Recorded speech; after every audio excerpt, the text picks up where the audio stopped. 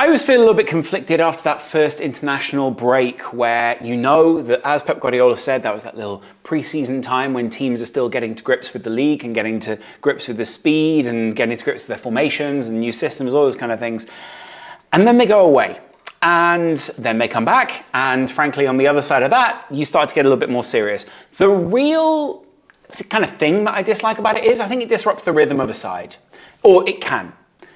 And it can also add 180 minutes to a lot of bodies within that Liverpool squad, especially because so many of them are leaders and people within a side that a lot of those international teams rely on or see as very important. You can go through and see 180 minutes above most of those guys' names. Even Mo Salah played 160 plus, I think. And there are plenty of people who also went away on international duty for the under-21s, things like that. Obviously, Harvey Elliott found himself injured on the other side of that. I'm devastated. But on the other side, 6-ish, 7-ish weeks out, doesn't actually look that bad. They're targeting post-international break for him to come back. When I first heard of a foot break, I thought to myself, well, maybe he's out for longer than that. But thankfully, he is back. Hopefully he's back within that time, and obviously wish him all the best in his recovery. The frustrating thing would be this probably would have been one of the run of games where he would get an opportunity to break into the first team. Obviously, Harvey Elliott's an extremely talented young player. Obviously, someone who we want to see in the side. We've seen him coming onto the pitch just a couple of weeks ago in the Mo Salah replacement.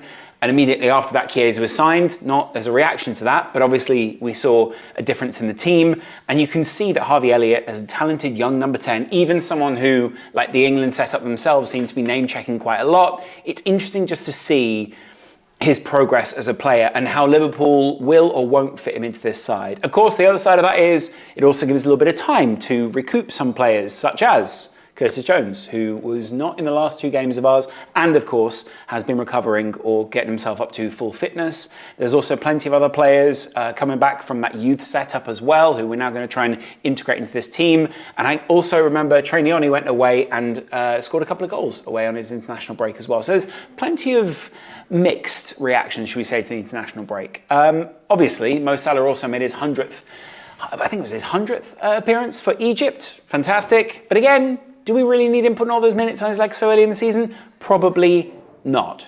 And especially when we're coming up against a team like Nottingham Forest. Now, granted, Forest haven't exactly started the season on a tear. They've drawn against quite a few sides. In their last game, they drew against Wolves. They played Bournemouth. They've also played in the Cup. And broadly, I actually think there are some players who could harm Liverpool. Drawing doesn't make any difference. When they come back, they'll have had a couple of weeks to have concentrated on quite a lot of how they want to attack Liverpool. They've got a few instruments and big pieces that could take, I'd say, a chunk out of Liverpool. And whilst there are a couple of people who went on international duty, the Chris Wood type, Morgan Gibbs-White, I think there are a couple of other guys in there, Milenkovic, and there's a couple of other people who've been away in that time.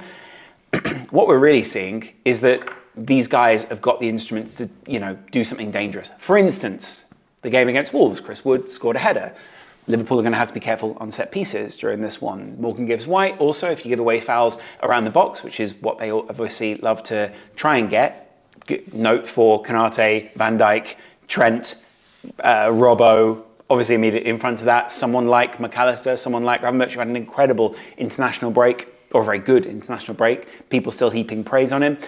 We'll see how they deal with that, whether they are going to try and foul less around that area, and also whether they can get that transition against Nottingham Forest, obviously, as Forest are going to try and concentrate quite a lot on their set pieces. Their ball movement's fantastic.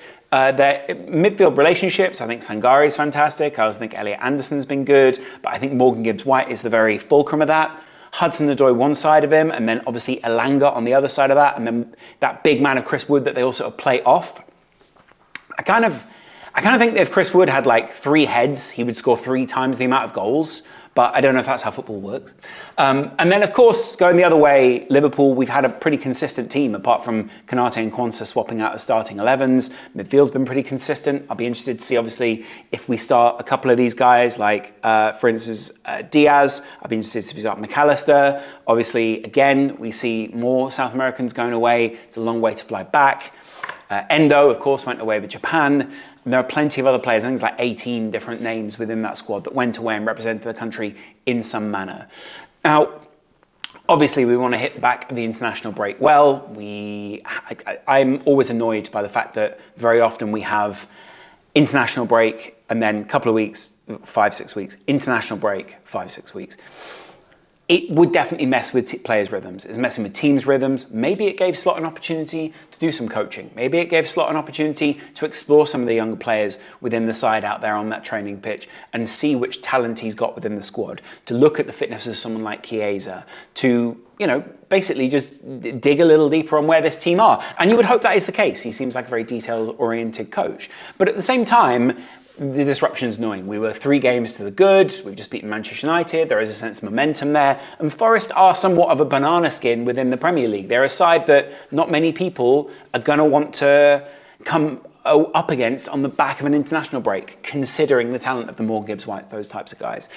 But having said that, in the last game, I think it was Kuna who was playing really well for Wolves. Obviously like a 10/striker type player for them. Can we get a similar performance out of someone like Szoboszlai? Can we try and dominate that midfield? Are they going to tuck in a little bit deeper with Callum Hudson-Odoi and those guys? Does that even work against Liverpool in the formation that we play with that 2 sort of sitting deep? And can we exploit them in the same way as we did Manchester United? I've got to admit, the more I look at Manchester United game, the more I think that's kind of, it's not an outlier in terms of our early games, because the confidence is obviously there. The momentum is obviously very important from games like that. But I think it's really important to acknowledge how poor United were and how quickly United fell into a lot of traps for Liverpool. Obviously, those traps were set by someone like Slot, and at the same time, Liverpool had to execute them. You don't fall into a trap unless it's set. The intensity doesn't impact Manchester United unless the intensity is there. The pressing doesn't impact Manchester United unless it's there. And players, it's not as if, oh, they're pressing, I'll just do the press thing. Like, pressing works and has been very effective because it's very hard to play around, because it's very difficult to get through. But they've got some really great intricate passes and really great runners on this side, and that's why they find themselves in 9th. Obviously, only on 5 points, but Liverpool are only on 9. So there's not all that much of a gap.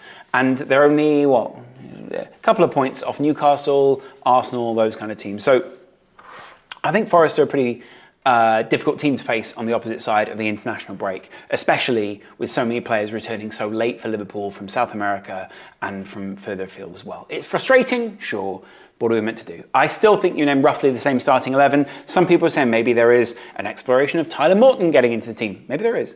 Maybe there's an exploration of Endo. Endo came back from international duty. Maybe there's an exploration of Curtis Jones getting into the team if he's coming off the back of whatever it is that he's coming off the back of, missing a couple of games. Possibly so. I'd be interested to see how he would play in like a Alexis McAllister type role on that left side of the double pivot. But I think it would impact the way that Gravenberch plays quite a lot, and probably impact the way that Diaz and Robertson would also play as well. So I suppose we're going to have to bite the bullet or sort of take that risk at some point and roll the dice on this Liverpool team. How many different positions can we get people in? How quickly can we find out what depth we actually have to this squad? And how quickly can we fit someone like Chiesa? And I don't think we'll throw Chiesa in straight at the deep end. I think we'll definitely bring him on for a couple of minutes here and there if we're dominating games, if we're doing well. But I think we've got a big run of games here and we need to start rotating the team. Liverpool, 3 days later, play Milan. Obviously, that is a pretty big trip. I'm going to be going away to Milan, so if you're going to be there, then let me know. I'd love to meet a couple of people. I don't know what part of the stadium I'm going to be in. If anyone has a spare, let me know. At the moment, I'm a little bit worried I might sit with some Milan fans. We'll see. Anyway, on the other side of that, a lot of people have had very good international breaks. Let's try and take this momentum. Let's try and build things up. I still think we'll start roughly the same starting 11, especially considering that we won't have Harvey Elliott, who probably could have come in for Szoboszlai, or possibly. We will have Curtis Jones. Maybe he comes in for McAllister. Gravenberch had an incredible run. I would love to see more of him in the side. I'm just kind of thinking, let's keep him going as long as we can. Salah, I think, will come back and play. Diaz, I think, will come back and play. Maybe we play Jota. Nunez obviously coming back off a long trip as well. I'm also wondering if we play someone like Cody Gakpo. Maybe he gets to start in this game. Just to see, I mean, it's purely on miles and sort of weight on the body at this point. Who knows? I should. Maybe you do too. Let me know the formations you guys will play in the comments below. Get into that chat and I will see you guys. Ooh, I can't do a live stream for this one this weekend, but I will be doing a reaction on the other side of it. And I will obviously be talking about that Milan game. I appreciate you guys. Hit the subscribe button. I'll chat to you in a little while. Much love. Bye.